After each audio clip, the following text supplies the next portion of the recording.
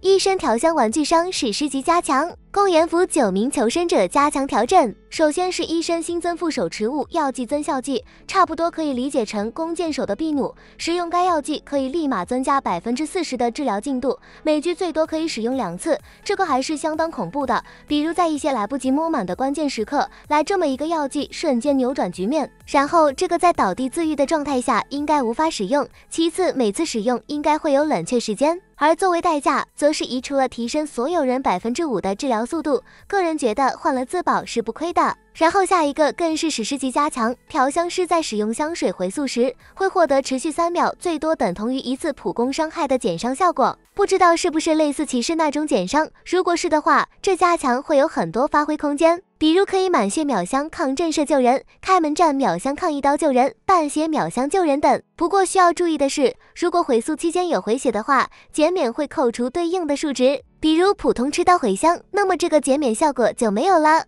如果是吃了一個炸彈回香，那麼還會剩下可以抵擋一個炸彈的減傷。然後下一個是玩具商，現在所有求生者拾起玩具匣都可以直接使用了，無需再等手持物消耗完。那有沒有可能那些無法更換手持物的求生者也可以使用玩具匣了呢？到時候可以看看。然後需要注意的是，使用玩具匣的道具時，主手持物會有12秒冷卻，反之使用主手持物的時候，玩具匣會有12秒冷卻。接着就是玩具商可以一邊移動一邊蓄力預覽板車落點了，該調整降低了角色上手難度和提升了容錯，然後縮短了回收板车時间。玩具匣不再随机到镇定劑，而代價是開箱子的速度從原先增加100%調整成50%。再然後是木偶師這邊的加強，搏命狀態下也可以變身成路易，這也意味着自己搏命救人，又或者被隊友搏命救下來，現在可以立馬使用技能保命了，並且搏命狀態下的路易持續時間从8秒提升至9秒。此外，使用诗句成功抵擋傷害或控制的時候，